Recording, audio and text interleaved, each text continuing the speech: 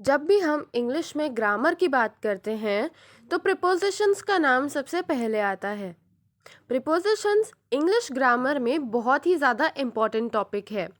अगर आप स्कूल में हैं और होम एग्ज़ाम्स दे रहे हैं या फिर बोर्ड एग्ज़ाम्स दे रहे हैं या फिर कोई भी कॉम्पिटिटिव लेवल के एग्ज़ाम दे रहे हो, तो आपको ये कंसेप्ट प्रीपोजिशंस का क्लियर होना बहुत ज़रूरी है। प्रीपोजिशंस सिर्फ एक छोटा सा टॉपिक नहीं है। प्रीपोजिशंस के भी टाइप्स होते हैं और डिटेल में प्रीपोजिशन को हमें पढ़ना होता है अगर हमें एक अच्छी कॉम्पिटिटिव लेवल की एग्ज़ाम क्लियर करनी है तो इसीलिए इस लेक्चर में और इस सीरीज़ में हम प्रीपोजिशंस के बारे में ही बात करने वाले हैं। हम इंट्रोडक्शन से भी पहले एक बार ये देख लेते हैं कि लोगों को प्रीपोजिशंस में क्या क्या दिक्कतें आती है। Is it any wonder that prepositions create such troubles for students for whom English is a second language? We say we are at the hospital to visit a friend who is in the hospital. मतलब जिनके लिए English second language है, जिनकी mother tongue English नहीं है, उनको prepositions में कुछ कुछ दिक्कतें आती है। जैसे कि अगर हम ये सेंटेंस देखें कि at the hospital, I am at the hospital to visit a friend who is in the hospital. मतलब हम भी उस हॉस्पिटल में ही हैं, हमारा फ्रेंड भी उसी हॉस्पिटल में है, बट जब हम खुद को बोल रहे हैं तब हम बोलते हैं आई एम एट द हॉस्पिटल, और जब हम हमारे फ्रेंड को रेफ़र करते हैं तब हम उससे बोलते हैं who is in the hospital. तो यहाँ पे एट और इन वर्ड्स यूज़ करे हुए हैं, ये है प्रीपोजिशंस। और ये वैरी क्यों कर रहे हैं इस सेंटेंस में, जनरली ये हमें समझ में नहीं आता है। We lie in the bed but on the couch, मतलब हम बेड के ऊपर ही लाई करते हैं और काउच के भी ऊपर हम बैठते हैं, बट देन बोलते समय इंग्लिश में हम बोलते हैं we lie in bed and on the couch. मतलब काउच के ऊपर और बेड के ऊपर, दोनों हम बैठ तो ऊपर ही रहे हैं, बट फिर ये इन और ऑन का डिफरेंस क्यों? We watch a film at the theatre but on television. मतलब जब हम थिएटर में फिल्म देखते हैं तब हम उसे एट द थिएटर बोलते हैं, बट अगर हम वही पिक्चर अपने टेलीविजन में देखें तो हम उससे बोलते हैं ऑन टेलीविजन। तो ऐसा डिस्क्रिमिनेशन क्यों होता है हमारे साथ? हम अलग अलग वर्ड्स क्यों यूज़ करते हैं, हम अलग अलग प्रीपोजिशंस क्यों यूज़ करते हैं, ये हम नेटिव स्पीकर्स नहीं समझ पाते हैं। हिंदी के जो हम हिंदी बोलते हैं वो हम नहीं समझ पाते हैं कि इंग्लिश लैंग्वेज में, क्योंकि इंग्लिश हमारी सेकेंड लैंग्वेज है, तो सेकेंड लैंग्वेज में हम ये समझ नहीं पाते हैं कि प्रीपोजिशंस अलग अलग क्यों यूज़ कर रहे हैं, जबकि बात तो एक ही है। For native speakers these words represent little difficulty, but try to learn another language, any another language, and then you will quickly discover that prepositions are troublesome wherever you live and learn.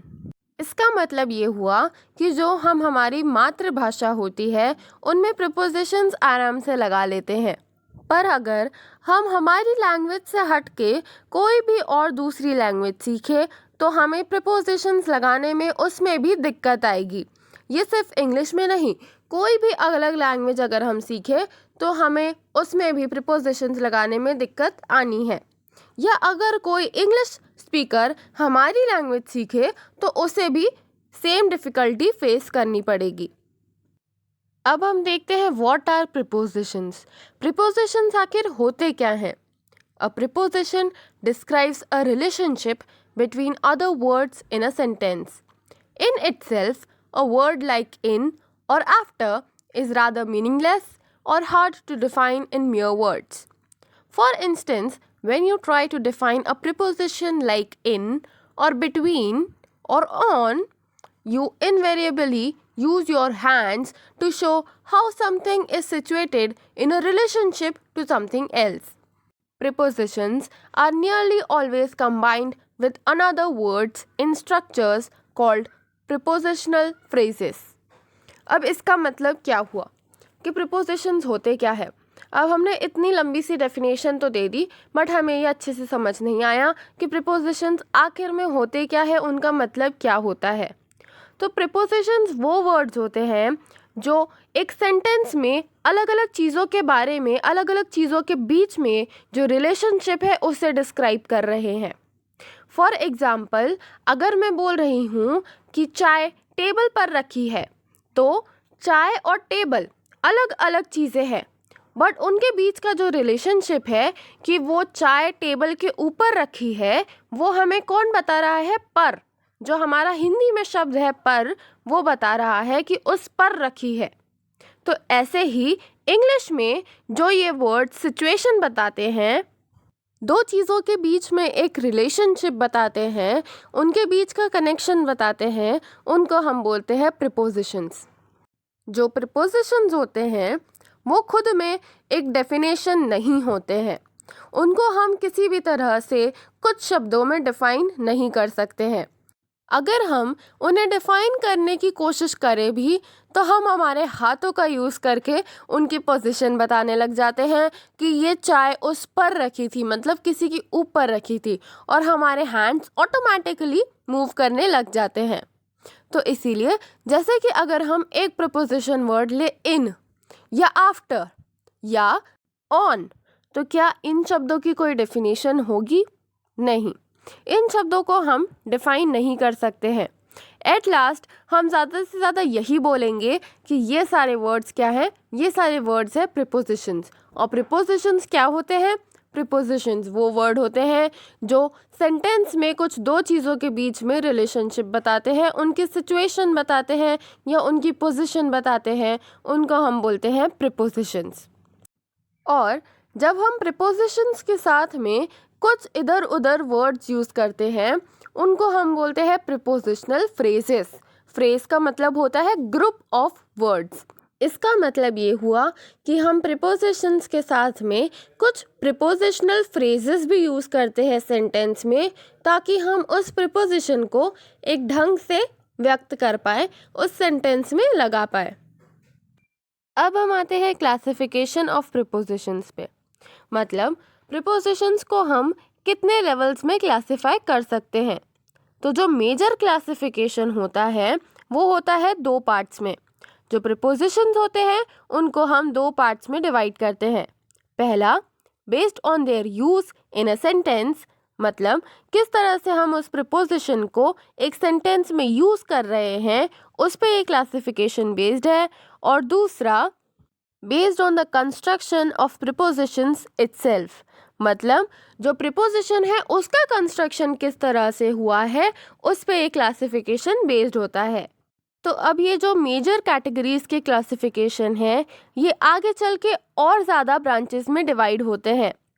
तो जो हमने पहला classification पढ़ा था, based on their use in a sentence, तो उसमें भी 3 type के यूजेज हो सकते हैं, इसीलिए इसको भी आगे 3 कैटेगरीज में डिवाइड करा गया है।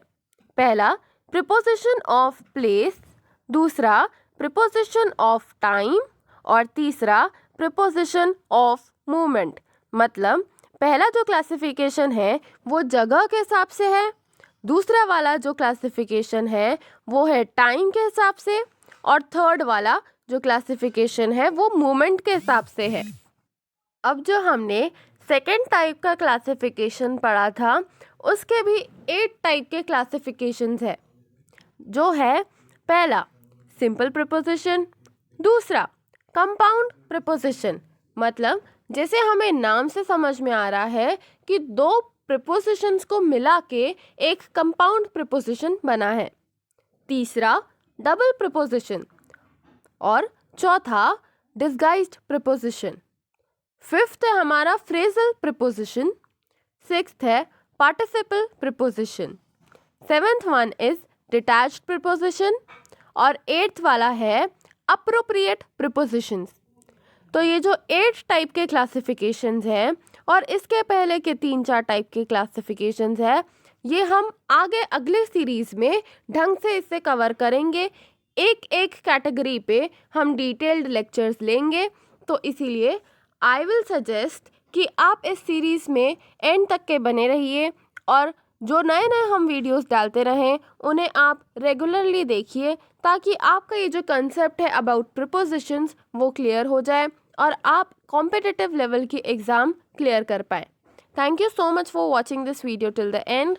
I hope you liked it, and if you liked it, please hit the bell icon, like, share, subscribe, and visit our website studymedha.com. Thank you so much.